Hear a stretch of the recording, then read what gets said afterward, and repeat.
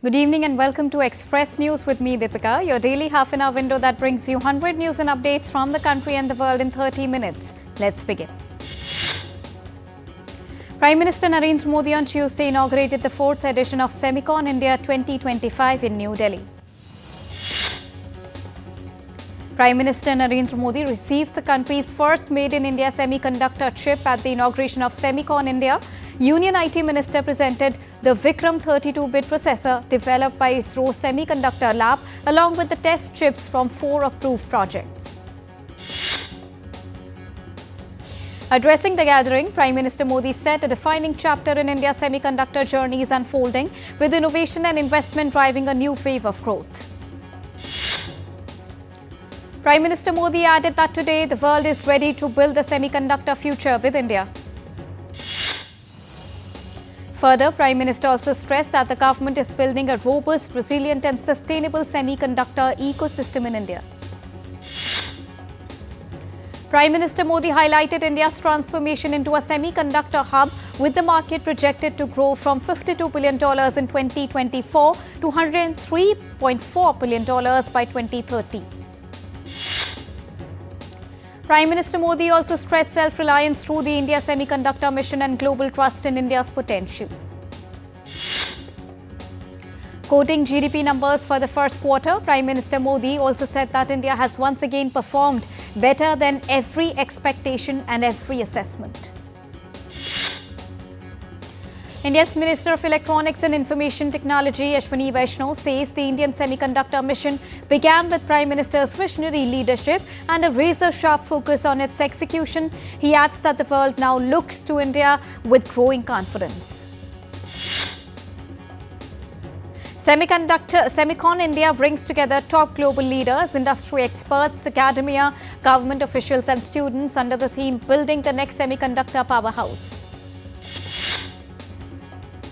Semicon India, hosted by SEMI, fosters innovation, partnership and workforce development, positioning India as a key player in trillion-dollar semiconductor ecosystem.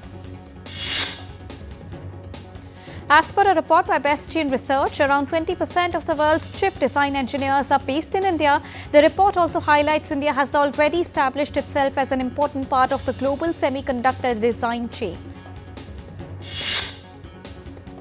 With an aim to strengthen entrepreneurship development among rural women and accelerate the growth of community-led enterprises, Prime Minister Narendra Modi launched Bihar Rajya Jivika Nidhi Sakhari Sangh Limited via video conferencing on Tuesday. The objective of establishing the Jivika Nidhi in Bihar is also to provide easy access to funds at affordable interest rates to community members associated with Jivika.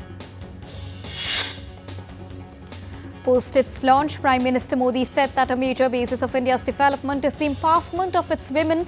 That is why the government is doing many things to make the lives of mothers, sisters and daughters easier. Singapore's Prime Minister Lawrence Wong will be on a 3-day visit to India from Tuesday. This would be Prime Minister Wong's first visit to India in his capacity as Singapore's Prime Minister. German Foreign Minister Johann Wadephul arrived in India's IT capital, Bengaluru, this morning. During his 2-day visit, he will meet with both political and business leaders to explore further avenues for bilateral cooperation. The 21st edition of Indo-US Joint Exercise Yudh Abhyas has begun from the 1st of September in Alaska. The Indian contingent is represented by Madras Regiment. The joint drill will culminate on 14th September.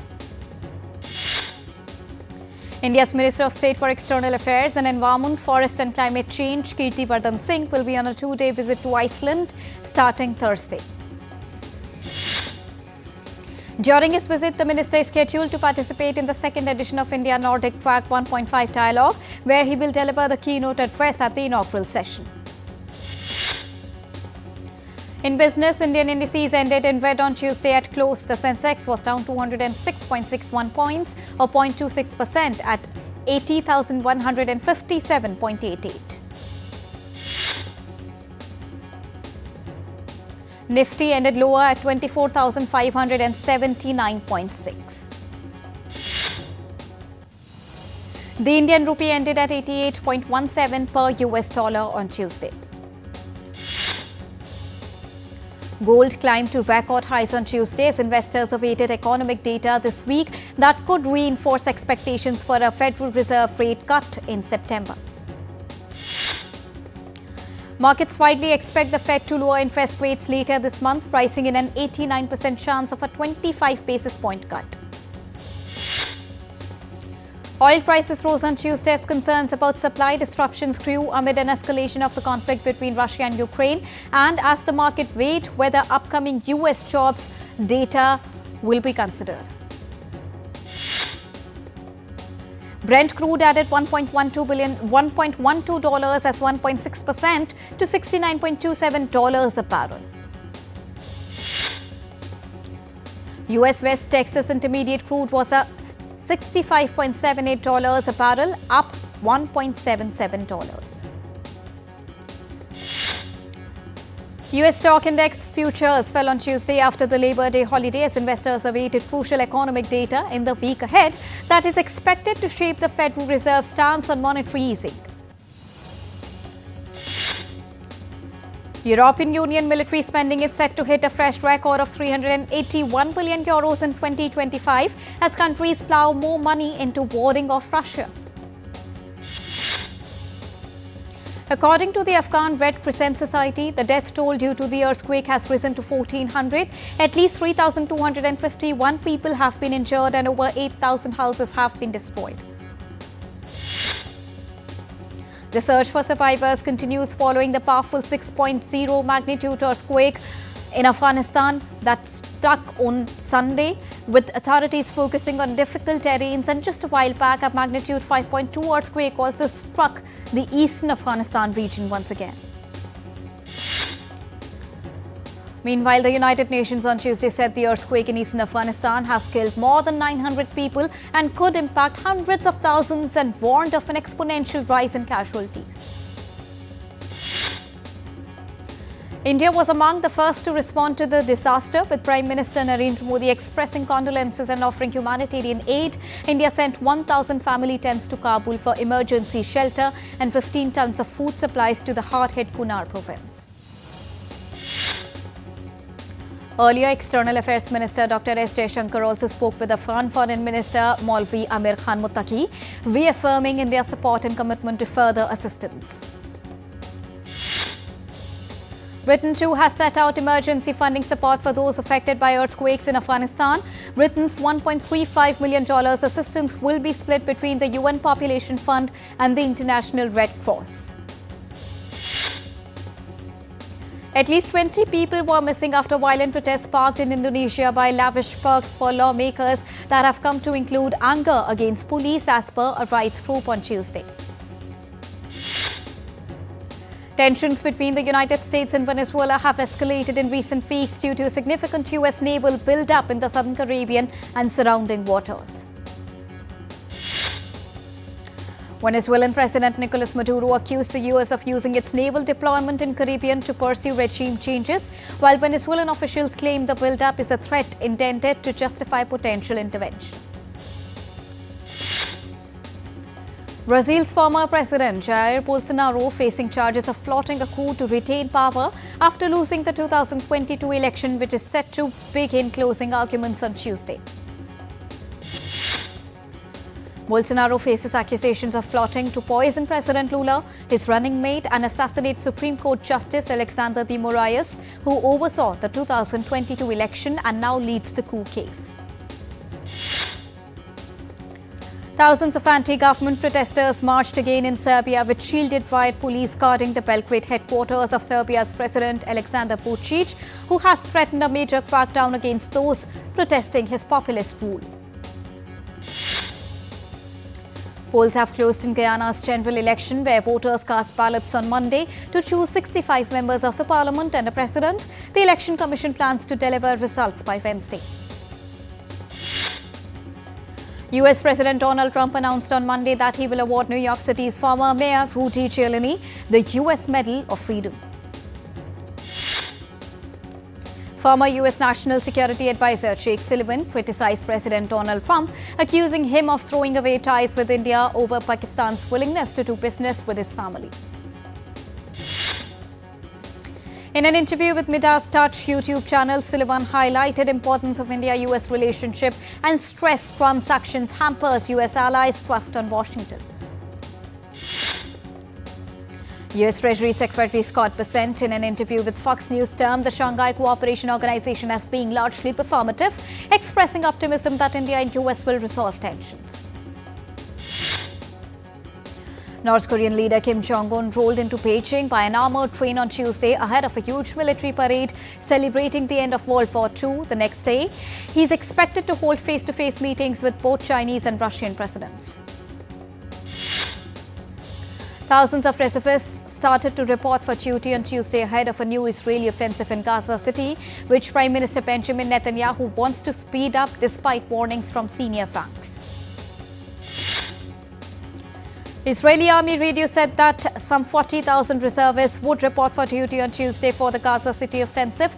The military said it was readying logistically for the intake of reservists ahead of the offensive. Time to take a short break. We'll be right back.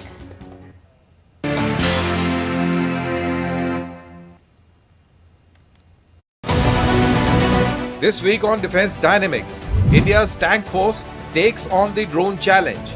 How counter unmanned aerial systems are rewriting armoured warfare. A major milestone in Indian air power by the induction of Tejas Mark II matters. And on the robotics front, what is Bhairav's robotics Rakshak and why it could redefine battlefield autonomy? This Wednesday at 8 p.m. only on DD India.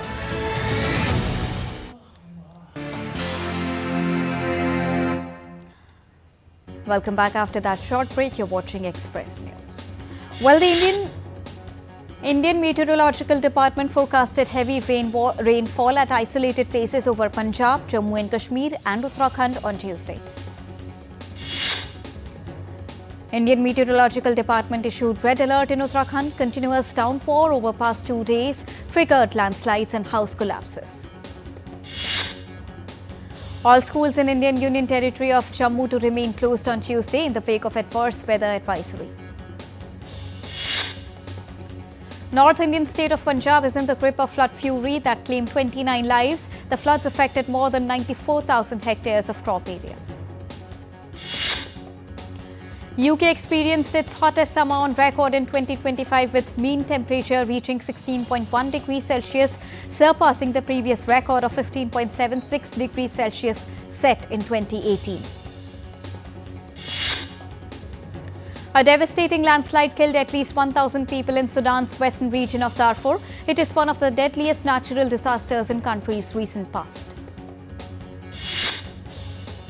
In Telangana's Medak, swift action by National Disaster Response Force prevented a tragedy by rescuing a man stranded on the roof of a submerged car. A state of national disaster was declared in South Korea's Gangneung city, with authorities planning to impose water rationing measures due to severe drought. Indian state of Rajasthan witnessed more than average rains in this monsoon season, causing flood-like conditions with overflowing water in dams. La Nina weather phenomena may return as per United Nations. It is a naturally occurring phenomena changing winds, pressure and rainfall patterns. Vietnam held its largest ever public celebrations to mark 80 years of independence with patriots marching under fluttering flags.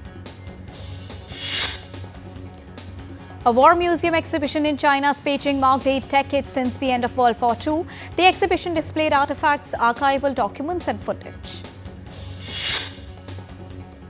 Madame de Staël Middle School in Paris launched an initiative tightening phone rules. The move encourages students to focus on learning and building friendships. Several Chinese tourists visited Bulgaria for a festival celebrating local yogurt, which is known for its health benefits and is popular among Chinese consumers. Sudan rejoiced Prophet Muhammad's birthday with people taking part in street rallies. Custom-made sweets were sold to mark the season. The Asmak River in Akyaka is a natural beauty known for drawing tourist attention with its untouched look. Visitors enjoy boat tours along the reed-lined river. Azerbaijan's village hosted its second annual Raspberry Festival to support the growth of local agriculture and agro-tourism in the region. Madagascar's president is set to receive 3 colonial-era skulls in a ceremony including one believed to be King of the Wera, who was beheaded by French troops. In Denmark's Copenhagen, an artist sold her artwork for over $12,000. The artwork comprised just of a banana. In Venezuela, Maracaibo, a technician transformed discarded materials into sculptures of animals and movie characters to spread recycling awareness as she battles trash and poor services. In Tango BA Festival at Buenos Aires, Aldana Silveira and Diego Ortega crowned as world champions in the Tango Salon category.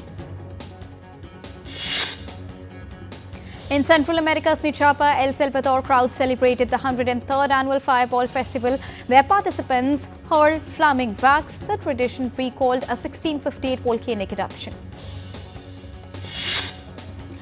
Zimbabwe Fashion Week highlighted heritage, in which designer Penelope led the show with tribal motifs blended with modern aesthetics. Underwater Robot Contest 2025 makes waves in China's Dalian city as it showcased latest tech trends in the underwater robotics field.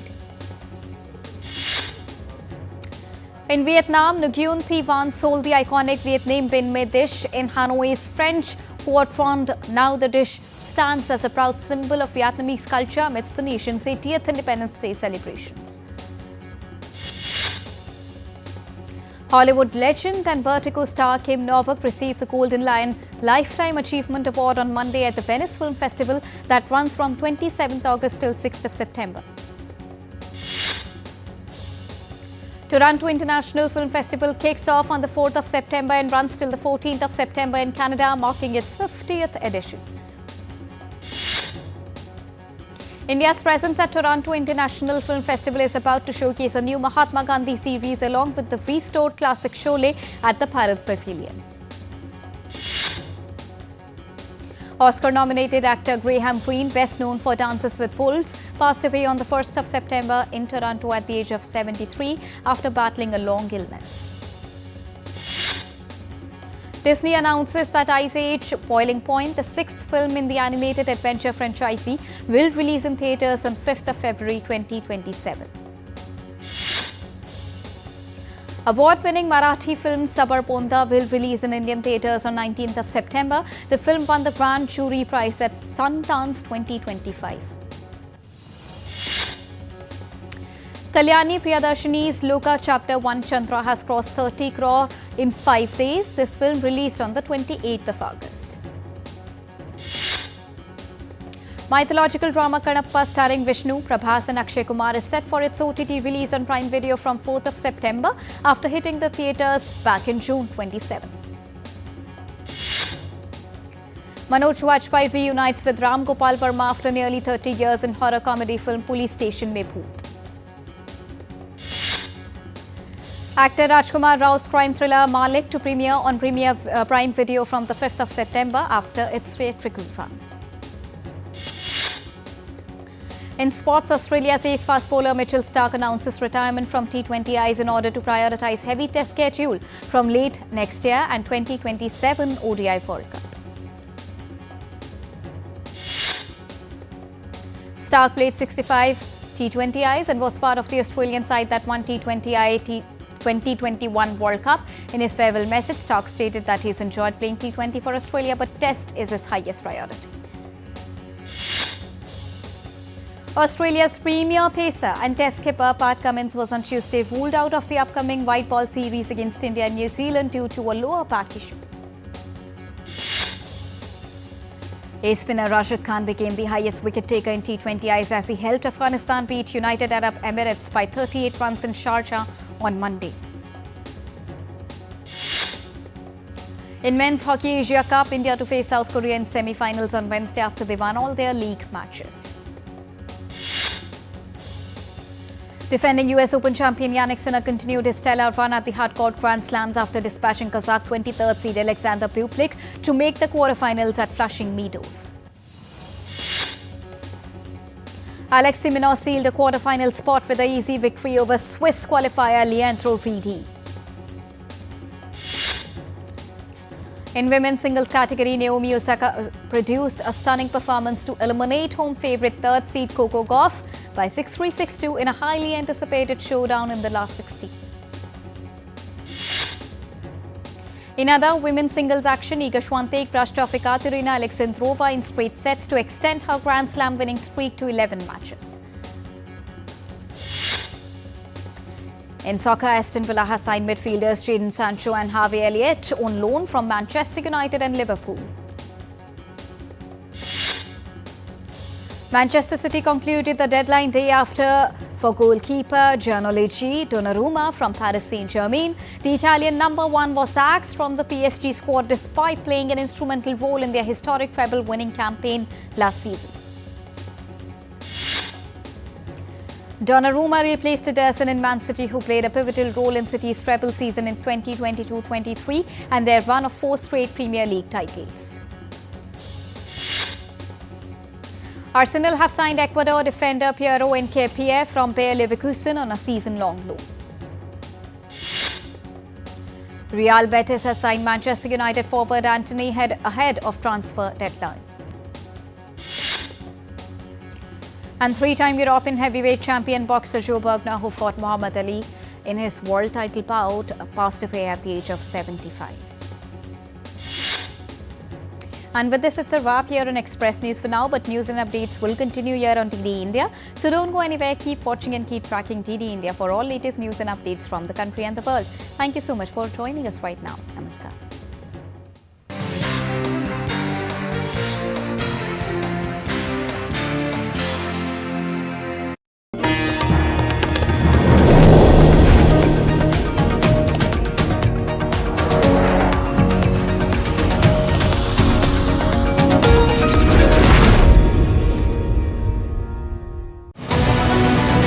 This week on